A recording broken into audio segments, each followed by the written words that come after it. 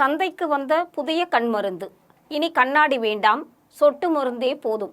கண்ணை போல பார்த்துக்கொள்வேன் என்று கூறுவார்கள். அதிலிருந்து நமக்கு கண் எவ்வளவு முக்கியமானது என்று தெரியும்.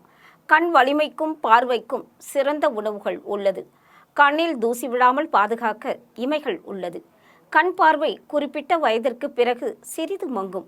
அதற்காக கண் பரிசோதனை செய்து கொண்டு சரிபார்த்துக் கொள்வர்.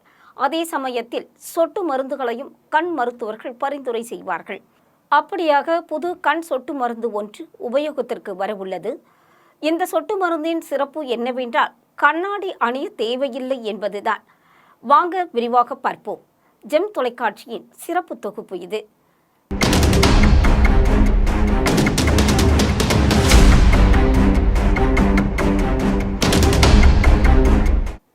சந்தைக்கு வரப்போகும் கண் சொட்டு மருந்து மூக்கு கண்ணாடியே இல்லாமல் ஆக்கப் போகிறதா? ஆமாங்க, ஆமாம். முதலில் அதை பற்றி பார்ப்போம். பொதுவாக மனிதர்களுக்கு 40 வயதிற்கு மேல் வெள்ளெழுத்து நோய் ஏற்படுகிறது. அதாவது தூரப்பார்வை, கிட்டப்பார்வை என 2 வகையான கண் பார்வை குறை ஏற்படுவது இயற்கை. ஆனால் அதையும் தாண்டி மாலைக்கண், நிறக்குருடு, பூவிழுதல் போன்றவையும் ஒருவித நோய்தான். சிலருக்கு தூர பொருட்கள் தெரியாது, சிலருக்கு அருகில் இருக்கும் பொருட்கள் தெரியாது. அது மட்டுமல்லாமல் தூரத்தில் வருவது என்னவென்பதும் தெரியாது. ஊசியில் நூல் கோர்க்க முடியாமல் போவது உள்ளிட்ட பல பிரச்சனைகள் எழும். பிரஸ்பயோபியா என்று அழைக்கிறோம். எதனால் இந்த நோய் ஏற்படுகிறது? நமது கண்களுக்கு லென்ஸ் இருக்கிறது. தூரமான பொருட்களை பார்க்கும் பொழுது லென்ஸ் நீளமாகவும், அருகில் இருக்கும் பொருட்களை பார்க்கும் பொழுது அந்த லென்ஸ் நீளம் குறைந்து சற்று குண்டாகிவிடும். இவ்வாறு லென்ஸை தேவைக்கு ஏற்ப நீட்டிக்கொள்வதற்கும் குறைத்துக் கொள்வதற்கும் நமக்கு பிரத்யேக திசைகள் இருக்கின்றன. ஆட்டோமேட்டிக் ரேடார் இருப்பது போல கண்ணில் இயற்கையாகவே எந்த தகவமைப்பு இருக்கிறது. அதே போன்று பகல் நேரங்களில் நமது பாப்பா சுருங்கிக் கொள்ளும். இது மிக அதிக ஒளி கண்ணுக்குள் ஊடுருவி சேதம் விளைவிப்பதை தடுப்பதற்காக இருக்கும் மிகச்சிறந்த ஏற்பாடு. குறைவான ஒளி இருக்கும் மாலை மற்றும் இரவு நேரங்களில் நமது பாப்பா விரிந்து கொள்ளும். இது குறைவான ஒளியில் கூட ஓரளவு நல்ல பார்வை திறன் கிடைக்க உள்ள ஏற்பாடு. இவ்வாறு தூரத்தில் மற்றும் அருகிலுள்ள விஷயங்கள் அதிக ஒளி மற்றும் குறைவான ஒளி இருக்கும் நேரங்களுக்கு ஏற்றபடி நமது லென்ஸ் மற்றும் பியூப்பிள் என்று கூறக்கூடிய பாப்பா தன்னை தகவமைத்துக் கொள்வதை அகாமடேஷன் என்று அழைக்கிறோம். சில சமயங்களில் வெள்ளெழுத்தில் லென்ஸ் தனது நீண்டு பிறகு அளவில் குறைந்து குண்டாகும் ஆற்றலை இழந்து விடுகிறது. இதனால் முதியோர்களால் புத்தகம் படிக்க முடிவதில்லை. கண் மருத்துவரிடம் சென்று பரிசோதித்து அவரின் பரிந்துரையின்படி படிப்பதற்கு என்று பிரத்யேக மூக்கு கண்ணாடிகள் வழங்கப்படுகின்றன. அதன் வழி கிட்ட பார்வையை உறுதி செய்ய முடிகின்றது. இந்த நிலையில் தான் நமக்கு அதிர்ஷ்டம் அடித்திருக்கிறது. இப்போது இந்தியாவில் அறிமுகம் செய்யப்படவுள்ள பிரஸ்வூ எனும் கண் சொட்டு மருந்து. அதை போட்டால் கண்ணாடி தேவையில்லை. சரி, அது எப்படி வெள்ளெழுத்தில் வேலை செய்கிறது?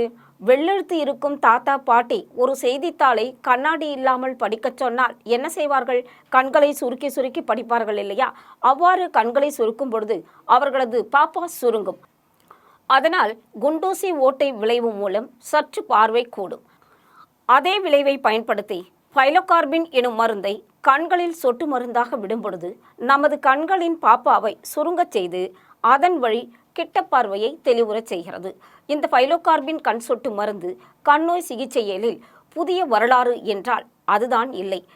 ஏற்கனவே நெடுங்காலம் கிளாக்கோமா எனும் கண்ணழுத்த நோய்க்கு மருந்தாக பயன்பட்டு வந்தது. தற்போது அதைவிட நவீன மருந்துகள் கிளாக்கோமாவுக்கு கண்டறியப்பட்டு விட்டதால் இது 3ஆம் நிலை மருந்தாக இருக்கிறது. இந்த பைலோகார்பின் மருந்து கிளாக்கோமாவுக்கு 2% எனும் நீர்ப்பு பதத்தில் வழங்கப்படும். அந்த பதத்தில் வழங்கப்படும் போது ரெட்டினா எனும் விழிப்படலம் பெயர்ந்து கொள்ளுதல், அதாவது ரெட்டினா டிட்டாச்மெண்ட் என்று கூறுவார்கள், அது போன்ற சில விரும்பத்தகாத ஒவ்வாமை நிகழ்வுகள் ஏற்படவும் வாய்ப்பு இருக்கிறது. எனவே பிரஸ்பயோபியா சிகிச்சையில் நீர்ப்பு பதத்தை 1.25% குறைத்து பைலோகார்பின் வழங்கப்படுகிறது. அதாவது 0.75% குறைக்கப்பட்டிருக்கிறது. இந்த பிரஸ்வூ நிறுவனம் தனது ஆய்வின் அறிக்கையை இன்னும் பொதுவான தளத்தில் பதிவு செய்யாமல் இருப்பதால் பக்க விளைவுகள் குறித்து விரிவான கருத்து கூற இயலவில்லை. எனினும் அமெரிக்காவில் இதே மருந்து இதே பதத்தில் உயிட்டி எனும் பெயரில் விநியோகப்படுத்தி விற்பனைக்கு அனுமதி வழங்கப்பட்டுள்ளது.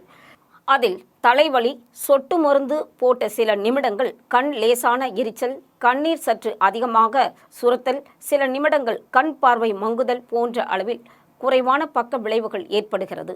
அமெரிக்காவில் 2023 குளோசி எனும் பெயரில் இதோஃபைலோகார்பின் சொட்டு மருந்தை இன்னும் நீர்மப்படுத்தி 0.4% என்ற அளவில் தயாரித்து சந்தைப்படுத்த அனுமதி வழங்கப்பட்டது. இந்த சொட்டு மருந்தின் விலை 400 ரூபாய்க்கு சற்று குறைவுதான். இதனை ஒரு நாளைக்கு ஓரிரு முறை இரு கண்களிலும் தலா ஒரு சொட்டு விட்டுக்கொள்ள வேண்டும். சொட்டு மருந்து விடப்பட்ட 15 முதல் 20 நிமிடங்களில் செயலாற்ற துவங்கி 6 முதல் 8 மணி நேரங்கள் வரை தொடர்ந்து செயலாற்றும் தன்மை கொண்டது. இந்த மருந்தை கொண்டு 40 முதல் 55 வயதினருக்கு 3ஆம் கட்ட மருத்துவ ஆய்வும் செய்யப்பட்டிருக்கிறது. எனவே 55 வயதிற்கு மேல் உள்ளவர்களுக்கு இந்த மருந்து எவ்வாறு வேலை செய்யும் என்பது ஆய்வுகளுக்கு பின்பே தெரிய வரும். மருத்துவரின் பரிந்துரையின் பேரிலேயே இந்த சொட்டு மருந்து விநியோகிக்கப்படும். ரெட்டினா சார்ந்த பக்க விளைவுகள் மிக அரிதாக ஏற்பட வாய்ப்பு இருப்பதால் கட்டாயம் இருந்த மருந்தை உபயோகிக்கும் முன் கண் நல மருத்துவர்கள் உங்களின் ரெட்டினாவின் விழிப்படலத்தின் நலனை உறுதி செய்த பின்னரே இந்த சொட்டு மருந்தை வழங்குவார்கள்.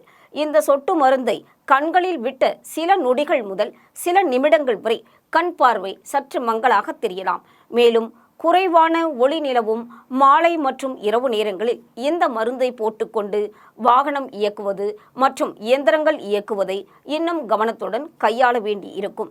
இந்த சொட்டு மருந்தை உபயோகிக்கும் போது திடீரென கண்களில் ஒளி பீச்சி அடிப்பது போலவோ, பார்வையில் ஏதோ பொருட்களை மிதந்து கொண்டிருப்பது போலவோ அல்லது பார்வை இழப்போ ஏற்பட்டால் உடனே மருத்துவரை அணுக வேண்டும். இது ரெட்டினா பெயர்ந்து கொண்டதன் காரணமாகவும் இருக்கலாம். கண்களில் உள்ள கருவிழியில் அழற்சி இருப்பவர்கள் இந்த மருந்தை உபயோகிக்க கூடாது. கான்டாக்ட் லென்ஸ் போடுபவர்கள் அதை கழட்டி வைத்துவிட்டு 10 நிமிடங்கள் கழித்தே இந்த சொட்டு மருந்தை உபயோகிக்க வேண்டும். இவ்வாறு மேற்கத்திய உலகத்தில் ஏற்கனவே சந்தையில் இருக்கும் சொட்டு மருந்து தற்போது இந்தியாவில் உற்பத்தி மற்றும் விநியோகப்படுத்த அனுமதி கிடைத்திருக்கிறது. எனினும் இந்த மருந்தை உபயோகித்த பிறகு ஏற்படும் விளைவுகள் மற்றும் பாதுகாப்பு ஆகியவை குறித்து 4ஆம் கட்ட மருத்துவ ஆய்வை உற்பத்தி செய்யும் நிறுவனம் செய்ய வேண்டும் என்ற நிபந்தனையுடன் கண் நல மருத்துவர்கள் இனிவரும் காலங்களில் நோயாளிகளை பரிசோதித்துவிட்டு இந்த மருந்தின் பக்க விளைவுகள் நல்லதா என்பன போன்றவற்றை தீவிர சோதனை செய்த பிறகே தேவையானவர்களுக்கு பரிந்துரைப்பார்கள். இன்று தேசிய கண்தான முகாம். அப்படியான நிலையில் நாம் கண் மருத்துவம் பற்றி பேசுவது நல்லதுதான். ஆனால் அதே சமயம் சிலர் தன்னிச்சையாக மருத்துவம், ஆன்மீகம், அரசியல் போன்ற கருத்துக்களை சமூக வலைத்தளங்களில் பகிர்வது தவறானது. முக்கியமாக மருத்துவத்தில் மருத்துவர் பரிந்துரைதான் அவசியம்.